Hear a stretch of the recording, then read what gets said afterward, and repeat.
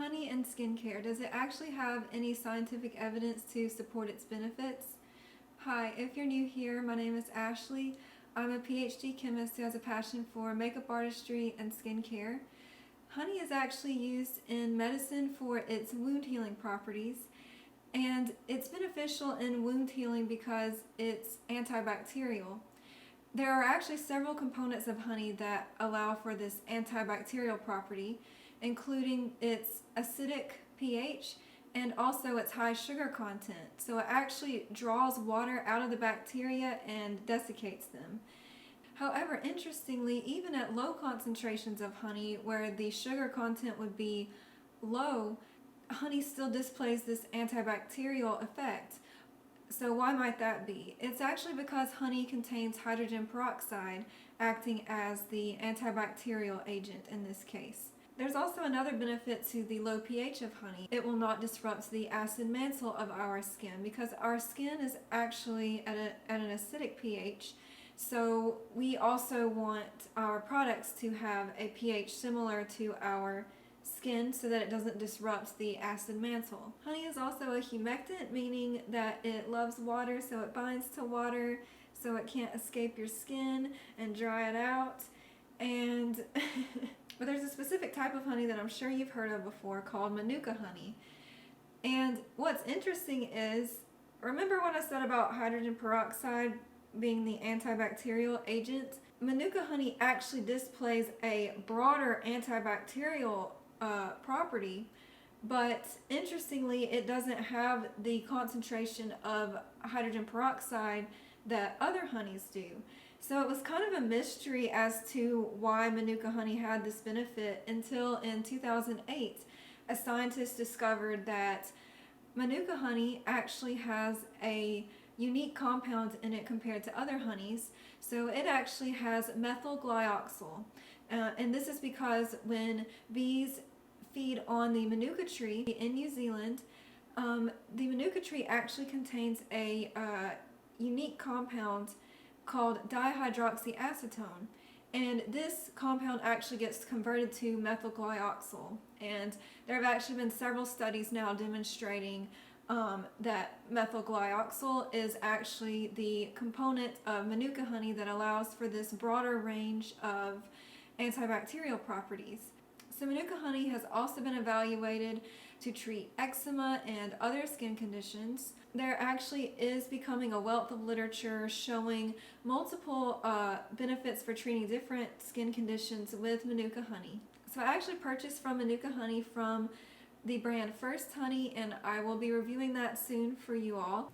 So thinking of honey reminded me of a meditation group session that I was part of a few months ago, where a group of women got together and we drew cards that had different spirit animals depicted on them, and then we shared how that spirit animal, or the personality, for example, of that animal could be pertinent to a situation that we were currently experiencing, or how we might apply the spirit or personality of that animal to a challenge or something that we were facing in life currently.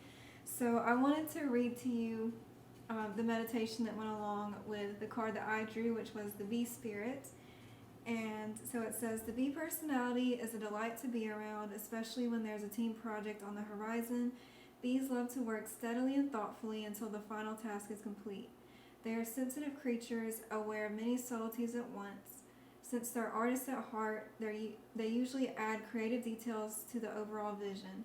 For the most part, they have bustling, joyous personalities until they're too tired from all the work. Then they gripe and then sting. And then it says, when in balance, content, active, and vibrant. When out of balance, overworked and annoyed. And to bring into balance, mini vacation. So reading this reminded me of the idea of oneness and not focusing on what separates you from others, and instead focusing on what unifies you with others. And I think the bee spirit is the perfect example of this. As said in this meditation, focusing on teamwork to contribute to an overall vision, to an overall bigger picture. There are a lot of things that resonate with me in this, but especially when I read it that day, I remember that I was really having a tendency to kind of withdraw and recluse. And so reading that reminded me of this idea of, oh, I'm focusing on what separates me from other people instead of focusing on what unifies me with others and how we can work together to create something meaningful. So that is one of the main things that resonates with me, but honestly so much about that resonates with me. That's what I thought of when I first drew the card, and then when I read the meditation that went along with this book, and just so you know, in case you're interested, the name of this book or the name of this card deck is called the Wild Unknown Animal Spirit deck. So you can get the deck and then the book to go along that has different meditations for the different spirit animals. So after I read that, so that idea kind of solidified more about the beast personality and teamwork, oneness, unification. And then, but so many aspects of this pop out to me every time I read this, because I really liked what it said about that they work diligently at contributing to an overall picture. So not only is it about teamwork, but they also are diligent workers. But then it also stresses the aspect of being overworked. And so I was thinking about the quote from C.S. Lewis that I talked about in my video from the other day. And I took the word work in that quote and kind of expanded it out to a broader sense of passion or truth compared to like the literal sense of work. And I think that reading this kind of reminded me of that as it says that the bee personality is like joyous and bustling until they're overworked. And so I think that that is true, that when you are following your passions and your truth, I think that you are joyous and bustling and working toward a bigger picture goal. And also I think it opens you up to unification with others and teamwork when you're in that sort of state. But this is also important when it mentions about being overworked and knowing when you need rest. And so when it said the part about to bring us a balance, take a mini vacation, I'm actually today going to see one of my favorite artists. His name is Joshua Radin. I actually won tickets to his show, which I was super excited about. His music has had a big impact on me since I was in 8th grade. So I was thinking about this, I think it's been almost 18 years since I first discovered his music, and it just really resonated with me. And it does always feel kind of restorative and cathartic whenever I go to his concerts.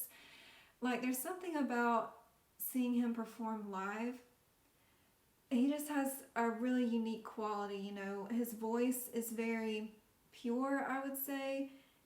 I don't know how to say it really.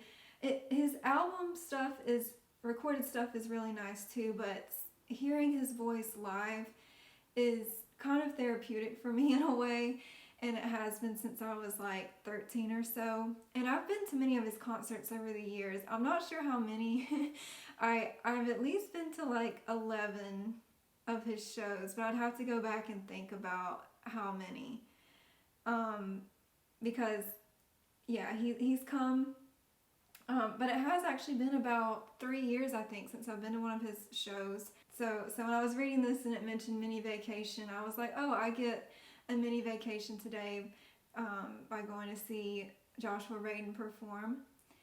And So yeah, but yeah, there are a lot of other aspects about this meditation. Every time I read it, I'm reminded of other stuff. So maybe I can do a follow-up on this, or I'm planning to do more makeup with intention videos, and so maybe I'll do a Be Spirit one and talk more about this.